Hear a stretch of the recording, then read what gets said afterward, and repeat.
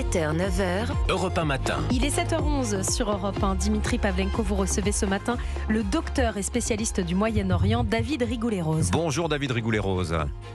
Bonjour. Bienvenue sur Europe 1. Vous êtes chercheur à l'IFAS, rédacteur en chef de la revue Orient Stratégique. Votre dernier livre, La République islamique d'Iran en crise systémique, paru chez l'Harmattan. Nous parlons justement de l'Iran ce matin avec vous, David Rigoulet-Rose. Depuis la vague de manifestations qui a fait des milliers de morts ces dernières semaines, Donald Trump fait planer la menace d'une nouvelle attaque contre la République islamique qui, en retour, a promis ce week-end une guerre régionale si les Américains interviennent en Iran. Est-ce qu'on est, selon vous, dans la posture verbale ou vraiment vous pensez qu'il y a un risque d'engrenage, qu'une opération américaine réellement se prépare ? Elle n'est pas du tout exclue. De toute façon, quand on regarde la nature le format du dispositif militaire américain dans la région, avec un afflux continu de matériel complémentaire, notamment de défense antimissile, on voit que c'est pas du tout quelque chose qui est l'option militaire n'est pas du tout exclu, impossible. Oui.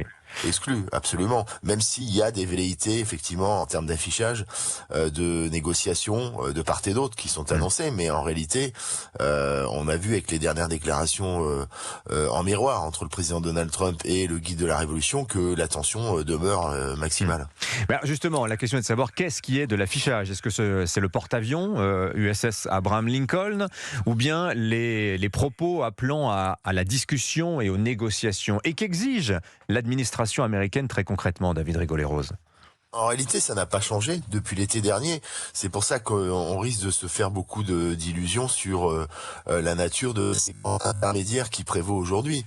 Je dis intermédiaire parce qu'on parle d'une intermédiation turque d'ailleurs, une réunion qui aurait lieu en Turquie pour définir ce que pourraient être les contours d'une négociation à laquelle se disent prêts les Iraniens et que souhaiterait évidemment Donald Trump réellement sur le fond. C'est-à-dire qu'il préférait faire l'économie d'une option militaire. Mais il ne l'exclut pas et on voit pas très bien justement compte tenu des conditions qui ont été formulées par les Américains, comment ça pourrait être finalisé de manière concrètement positive. Les conditions, elles n'ont pas changé. C'est premièrement zéro enrichissement pour les Iraniens. C'est le fait de transférer le stock des 450 kilos enrichis à 60%, c'est-à-dire proche du sol militaire. Cela même dont on a perdu la trace l'été dernier, après les bombardements, les sites de Fordo notamment. Et qui demeure un problème majeur. D'ailleurs, l'Agence internationale de l'énergie atomique n'a de cesse de demander un accès aux sites qui ont été bombardés pour justement essayer de localiser le stock en question. Le troisième point, c'est la limitation du programme balistique, en réalité, qui est un enjeu central aujourd'hui pour Israël, qui a été rappelé, et puis la fin du soutien aux proxies. Donc des conditions léonines, et on voit pas très bien comment elles pourraient faire l'objet d'une acceptation de la part de Téhéran, qui considère notamment la question des missiles comme une ligne rouge et la question de l'enrichissement sur le sol iranien également. Donc on se perd en conjecture sur la nature effectivement de négociations potentielles. David Rigoulet-Rose, qu'en pensez-vous? Est-ce qu'il suffirait d'éliminer, comme on l'entend beaucoup, l'ayatollah Khamenei, c'est ce qu'a dit notamment la prix Nobel de la paix Shirin Ebadi, pour en finir avec l'appareil répressif des gardiens de la révolution et faire tomber le régime de la République islamique d'Iran? Non, à elle seule, ce type de mesure, une élimination ciblée ne permettrait pas l'effondrement du régime. Il pourrait participer effectivement à une dynamique interne, parce qu'en réalité, les Américains, notamment Donald Trump, qui n'est pas un partisan déclaré du changement de régime tel qu'il a été effectué en 2003 en Irak, parce qu'il veut pas de troupes au sol, il l'a dit, no boots on the ground.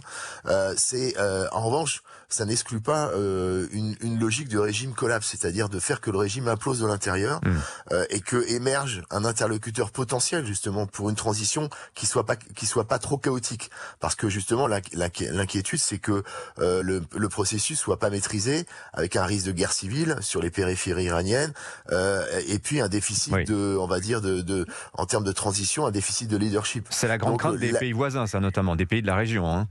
De tous les pays de la région, mais aussi des États-Unis. Il y a le syndrome irakien, donc qui est pris en compte évidemment.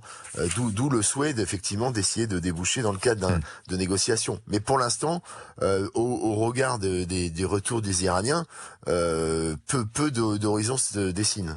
Dernière question, David Rigoulet-Rose. Œil pour œil, dent pour dent. On a vu jeudi l'Union européenne inscrire les gardiens de la révolution islamique d'Iran sur sa liste des organisations terroristes.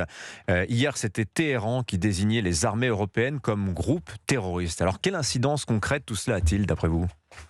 Oui, la réponse iranienne, elle est une réponse, on va dire, du berger à la bergère, mais en réalité, c'est un affront pour les Iraniens, parce que c'est la première fois qu'il y a une unanimité au niveau des Européens pour qualifier un bras étatique, c'est ça l'enjeu en fait, en Iran, d'organisations terroristes, qui jusqu'à présent n'avait jamais été le cas. Alors il y avait d'autres pays qui l'avaient fait, les États-Unis, l'Australie, le Canada, mais pas en Europe. Or là, il y a eu unanimité, et puis on peut penser à la déclaration du ministre des Affaires étrangères français, qui signale à Téhéran qui doit faire des concessions majeures pour éviter la guerre.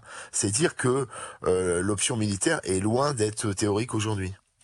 Merci beaucoup David Rigoulet-Rose pour vos lumières sur cette crise iranienne qui n'en finit pas. Je rappelle votre dernier ouvrage, La République islamique d'Iran, crise systémique, paru chez l'Harmattan. Bonne journée à vous. Au revoir.